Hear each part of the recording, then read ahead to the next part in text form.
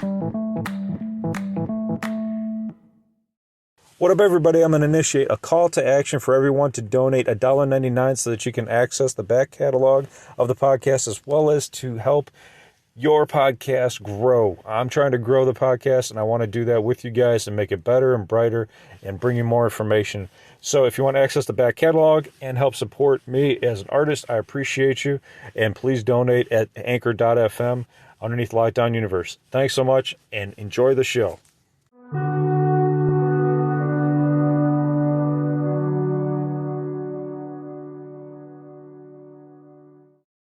What up, what up, what up? Welcome back to Lockdown Universe, home of the bizarre, peculiar, and unheard of stories of UFO legend and paranormal lore. Welcome back, welcome back. Happy to be back. Hopefully you guys are doing excellent and taking care of yourself. So tonight, as promised, I promised that I would bring back some more angel stories, and this one is titled Beautiful, Strange UFO, or Angel. Now, this is good because it works perfectly with this podcast, doesn't it? So let's get right on into it. So this is from liveabout.com again. And they talk about how some researchers think that there might be a connection between UFOs and angel sightings. They say that angels and heavenly figures encountered in the Bible might actually have been extraterrestrials, which is what we talk about on the podcast a lot. A lot of people believe that Jesus was an alien. After his experience in the 1980s with the most beautiful thing he ever saw, Lewis might agree with that assessment. So Lewis is the author of this particular story. It was a Saturday morning in Mariposa, California, and Lewis had to work that day. The air was fresh from a cool rain the night before, and the morning sky was bright with a few scattered clouds. I was heading out to my car in the back parking lot of the apartment complex where I lived when I noticed someone kneeling next to my car. This person saw me and quickly stood up holding a crowbar. Oh boy. The young man was quite obviously startled by Lewis's interruption, and although Lewis sensed the boy was up to no good, it hadn't hit him exactly what he was doing. Then Lewis looked through the passenger window of the car and saw that the steering wheel column had been stripped of its cover. He realized that the young man was trying to steal his car. I asked him what the hell he was doing, and he gave me a lame story about his friend's car being stolen last night, and that my car looked like his friend's, and so on and so forth. I didn't want to hear it, so I told him I was going to call the police, which I did with my cell phone. Lewis dialed 911 and gave the dispatcher the address.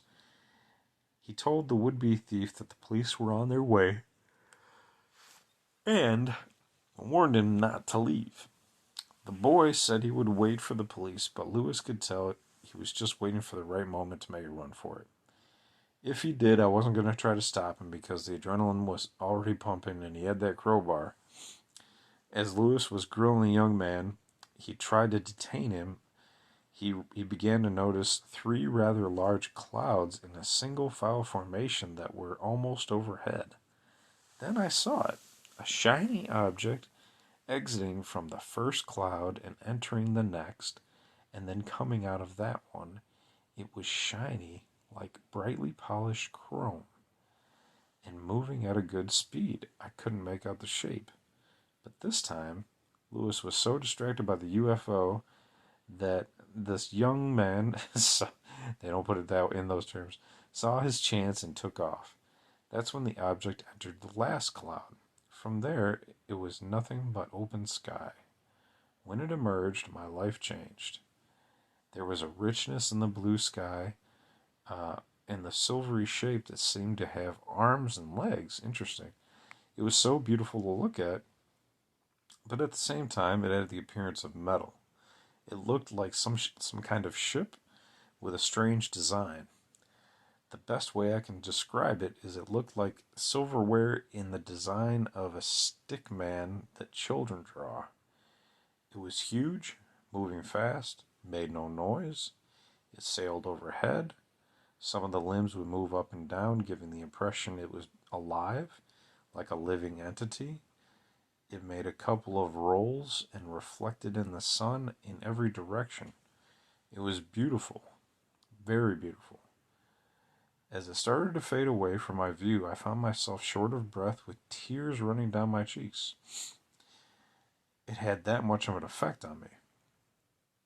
I began thinking maybe that's what an angel looks like, but maybe not. That's really interesting. I've never heard of a story where a UFO looks like a living entity. People say that they might touch a UFO and it might give off that feeling, but they don't say it usually looks like one. So that's really fascinating. All right, this one's titled Angel Money. I wonder what this is about. There are many stories of people receiving much needed money from mysterious unknown sources. Ellie has such a story as she recalls from the summer of 1994. Oh, in Melbourne, Australia, January 1994 in Melbourne, Australia. I was like, wait a minute. It is not summer in 1994 in Northern America. It was late afternoon, and Ellie was outside gathering the family laundry off the clothesline. There was a sudden, small willy-willy, which is an Australian term for a swirling wind of like a dust funnel with leaves, kind of like a mini tornado almost. As it raced past me, I saw something blue whirling in the middle of the dust, and the leaves managed to grab hold of it. I was surprised and very pleased to see that it was a $10 bill. A few days later, Ellie was in the backyard checking on her garden tomatoes when she spotted something lying in the grass. She was astonished to find another $20 note. Not long afterwards, in another part of the garden, she found another $5 note and yet another $20 note nestled amongst the leaves of the daylilies. By this time, I told my family of the angel money, and she tells us none of them had put the money there, not with the possibility of it blowing away with the high winds of the summer, anyway. All was quiet for a few days, and then one of my sons came in with an ear-to-ear grin and said a $20 note had just found, he had just found the $20 note on top of the compost heap. Well, I don't know if I'd want to be the one grabbing that one, but most of us would say that this was not angel money at all, but maybe money that someone had lost and had simply blown into Ellie's yard. But Ellie's not quite convinced of that explanation, and that's because a week or so later, she had another amazing find, and this time it was in her house. I was cleaning out underneath the bed, pulled out a pair of slippers, and there, nestling in one of the toes of the slippers, was a 50-cent coin. So, what do you think? Do you think that all this money that they randomly found outside their house, just kind of like in the yard and caught in the bushes, caught coming out of a dust cloud, a dust tornado, was angel money? Or maybe had somebody robbed a bank and had it flying out of their bank robbery bag, or could it have been some money that just fell out of somebody's wallet and went blowing away with the high winds of summer? Or was it actually much needed income freely given by a guardian angel? Interesting story. The next one is about being pushed to safety by an angel.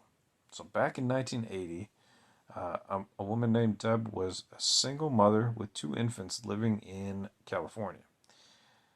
Occasionally, she had to rely on babysitters, but fortunately, her parents lived only about 30 minutes away, and Deb would usually drop the children off at her parents' house and go do what she needed to do, and then pick them up in the evening. But one night, Deb had retrieved her babies from the parents' house and was heading home. It was about 11 p.m., so it was pretty late.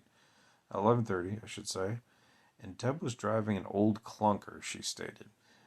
Among the car's many deficiencies, the gas gauge was broken. I've been there and had my car die because I didn't have enough gas in it. So it required her to guess when she needed to refuel, right? Now, many people would say, hey, man, why don't you just set the tripometer and you would know? Well, not every car had a tripometer. And it's not always easy to remember to use it all the time either. Um, so halfway home, the car started to sputter, and I realized I was on empty. I pulled off to the first ramp I could, and it just so happened that this one was slightly uphill. Almost at the top of my exit, my car died, and there was absolutely nothing I could do except uh, get into some empty fields, and there was some a distant light at a truck stop about a quarter of a mile down the road. With no cars in sight, she didn't know what to do, and her kids were asleep. And walking miles down the road carrying two kids in the middle of the night was probably not a good option. Obviously, this was before cell phones, so she couldn't call anybody. I put my head on the steering wheel and said a short, panicky prayer. I hadn't even finished when I heard a few taps on my window. When she looked up, she saw a young, clean cut man. He looked to be about 21 years old, and he motioned for her to roll down the window.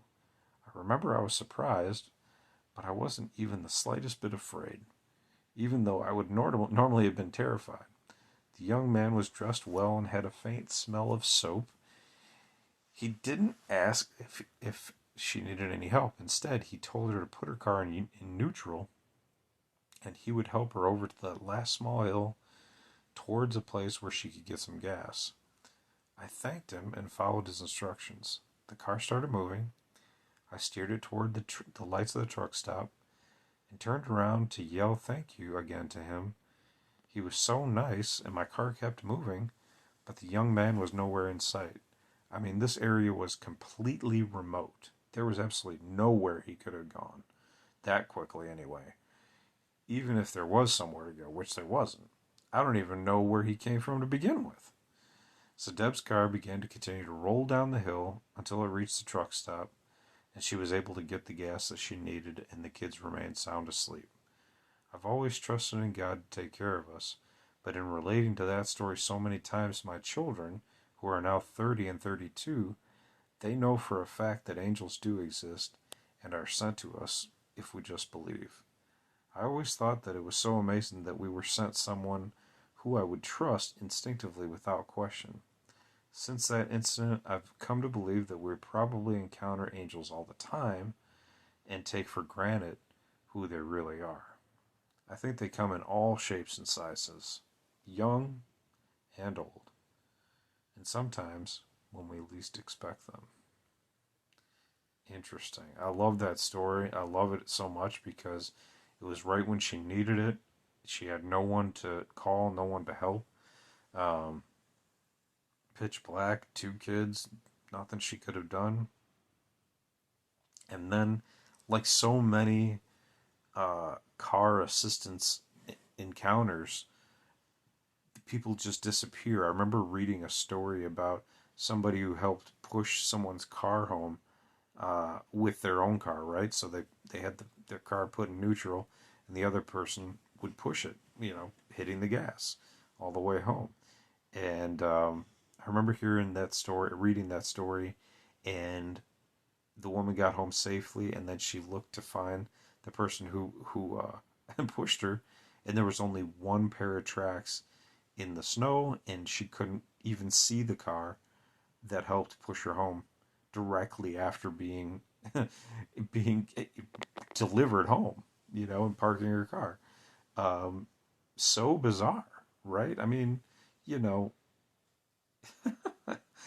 I remember being helped by somebody being pulled out of a ditch, and the guy followed me all the way home. I'm like, oh, this is such a nice guy. He's following me all the way home, and then he's just sitting there, and I'm like, he sits there, and I'm like, thanks for, I get out of the car. I'm like, thanks for, following me all the way home, and da da da da da.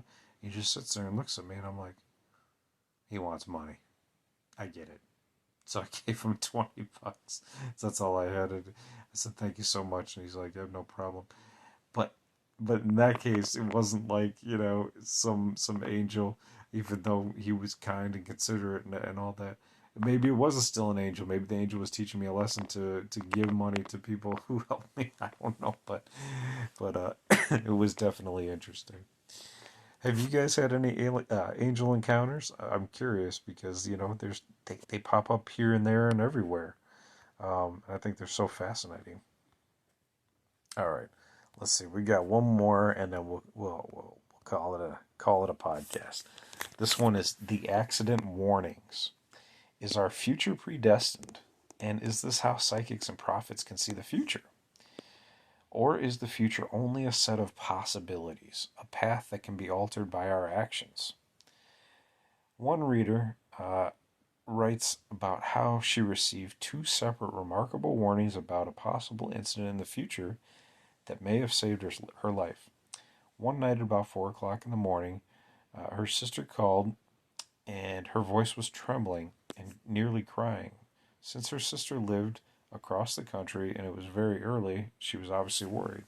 She told me that she had a vision of me being in a car accident. She didn't say whether or not I was killed in it, but the sound of her voice made me think that I would be. She told me to pray. She said that she would pray for me as well.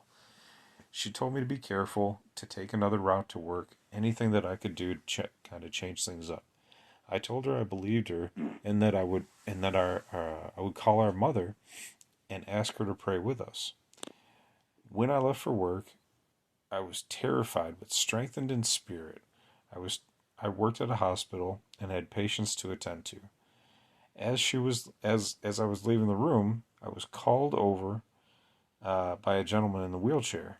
I went to him expecting that he had a complaint against the hospital, but he told me that God had given him a message that I would be in a car accident too. Oh my God. He said someone not paying attention would hit me. I was so shocked I almost fainted. But he told me he would pray for me and that God loved me. I felt weak in the knees as I left the hospital and I drove like a little old lady as I observed every intersection, stop sign, stoplight. When I got home, I called my mom and sister and told them that I was fine. So was it divine intervention or was it something else? Two individuals told her that she would be in an accident, but yet she didn't get into an accident. She didn't state that there was any vehicles that almost got into an accident with her. Maybe it's because she drove like an old lady and observed every intersection, stop sign, stoplight, and was a little bit safer. Maybe they were warning her not to be reckless. Fascinating stuff, guys. Fascinating stuff. Do you have your own angel experience? Leave it in the comments section. I'd love to hear about it. Again, thanks for listening to the podcast. I enjoy these stories because I think they're fascinating. I think a lot of people have them without really knowing about them. And they're fascinating, and it makes you really look at life and what is happening around you at any given time, especially in busy areas, driving, um, you know, in sketchy situations. You might never know. Somebody might really be looking out for you. So I hope you guys are doing excellent. I hope you guys are taking care of yourselves. Staying healthy physically, spiritually, emotionally, eating healthy, getting exercise, meditating, praying, whatever you're doing. Keep doing that. Do something fun for yourself. Keep focusing on a hobby. Learn a new hobby if you're bored with your old ones. The journey's long, so there's always the opportunity to learn. And as always, continue to question the universe around you. Until next time, guys, take care. Lockdown Universe out.